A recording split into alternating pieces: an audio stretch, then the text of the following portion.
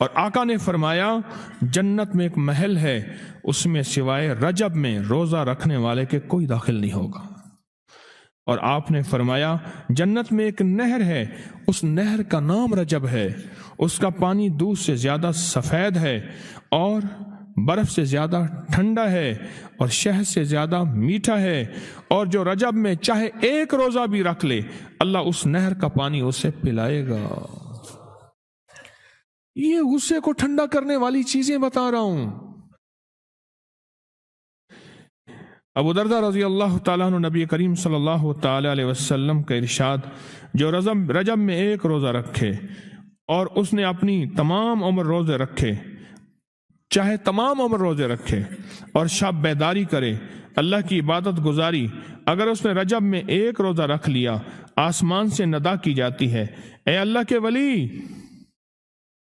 امت عظمیٰ کی خوشخبری سن، موت کے وقت اس کو شربت پلایا جائے گا، جنت کا شربت پلایا جائے گا، وہ سیراب مرے گا، قبر میں سیراب حاصل ہوگا اور اس سے سیراب نکلے گا، قبر کی پیاس سختی سے بچ جائے گا، موت کی پیاس اور سختی سے بچ جائے گا۔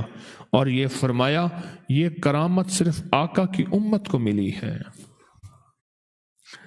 حضرت ثوبان فرماتے ہیں ایک دفعہ آقا چند قبروں پر سے گزرے، رو دیے۔ ثوبان نے پوچھا تو آپ نے فرمایا میں نے اللہ سے دعا کی کہ ان کے عذاب میں تخفیف ہو جائے، اور ثوبان اگر یہ لوگ رجب کا ایک روزہ بھی رکھ لیتے اور ایک رات عبادت کر لیتے ان پر کبھی عذاب نہ ہوتا۔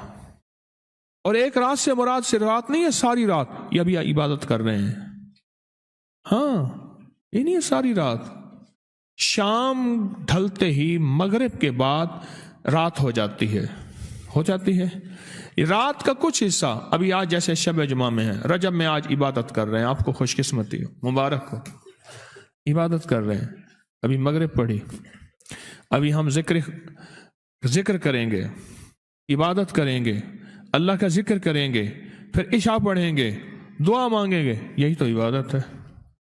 میں کہ اگر یہ لوگ رجب میں ایک روزہ بھی رکھ لیتے اور عبادت کر لیتے کسی رات کی، ایک رات کی، تو ان پر عذاب نہ ہوتا۔ میں نے عرض کیا یا رسول اللہ صلی اللہ علیہ وسلم، کیا صرف ایک روزہ اور ایک رات کی شب بیداری سے عذاب قبر نہ ہوگا؟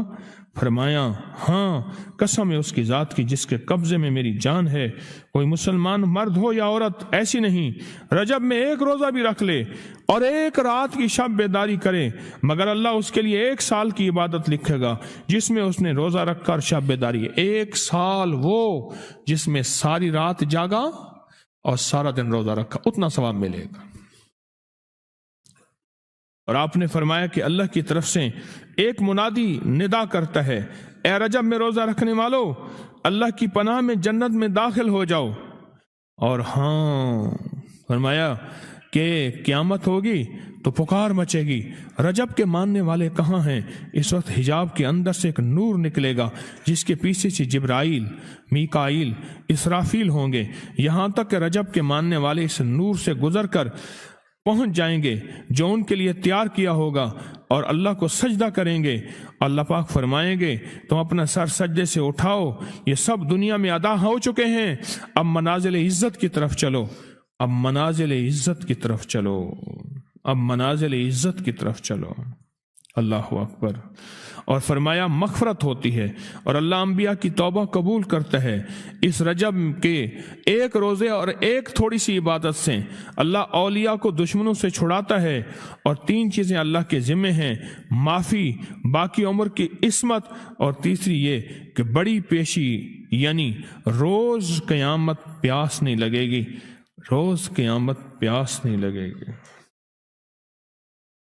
یہ چھوٹی چھوٹی راتیں، یہ چھوٹے چھوٹے دن، یہ چھوٹے چھوٹے لمحے آتے ہیں، اور آتے اس لیے ہیں کہ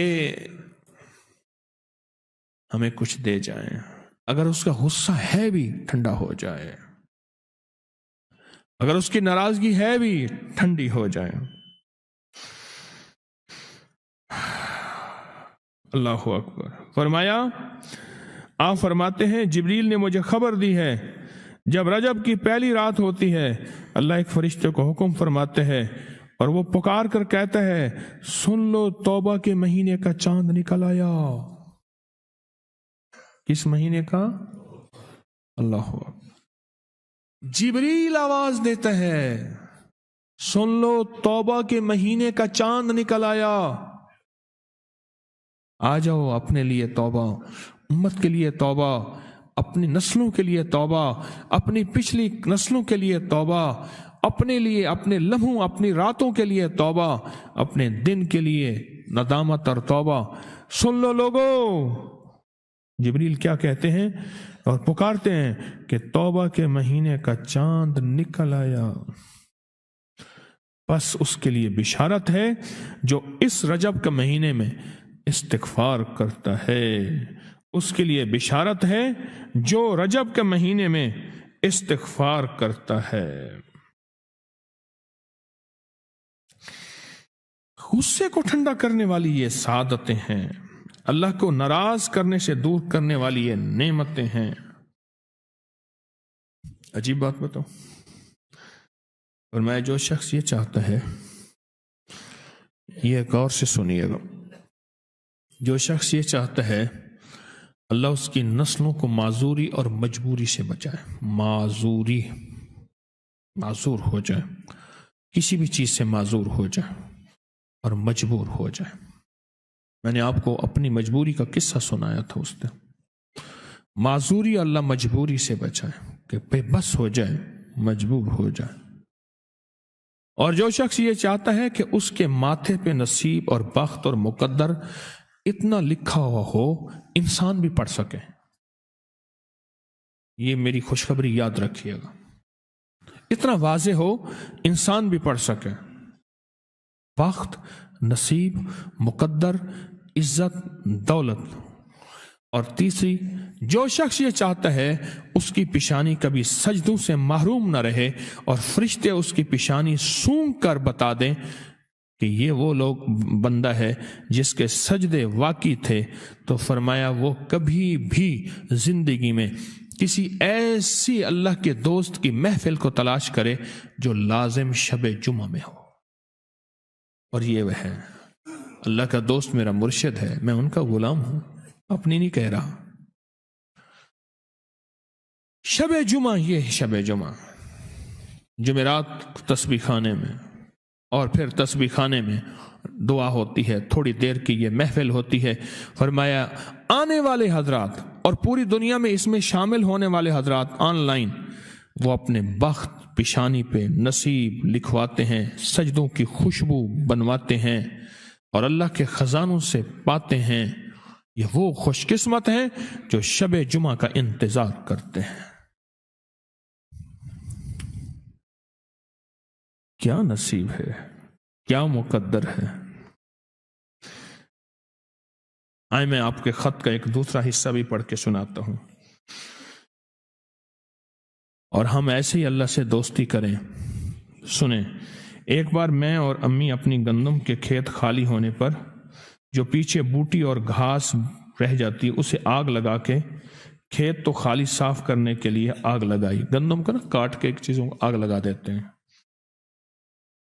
یہی دانے صاف کر رہے۔ آگ گرمی کی وجہ سے اتنی جلدی پھیلنا شروع ہوئی کہ ہم دونوں ماں بیٹیاں گھبرا گئیں، آگ ان لوگوں تک نہ پہنچ جائے۔ ہم نے فوراً آگ کو واسطہ دینا شروع کر دیا، اے آگ تجھے حضرت ابراہیم کا واسطہ، جس طرح ان کو نمرود نے آگ میں ڈالا تھا اور ٹھنڈی ہو گئی تھی، اور بالکل اسی طرح ہم تجھے واسطہ دیتے ہیں اس اللہ کا جس کے ابراہیم پیغمبر ہیں، تو بھی ٹھنڈی ہو جا۔ ہمارا مقصد کسی کو نقصان پہنچانا نہیں، تو بھی اتنی ہی جلدی ٹھنڈی ہو جا۔ اچانک پورے کھیت کی آگ بجھ گئی، حیران ہو گئے، پورا کھیت شعلوں سے بھڑک رہا تھا۔ رحمت جوبن پہ آئی اور پریشانی ختم ہو گئی۔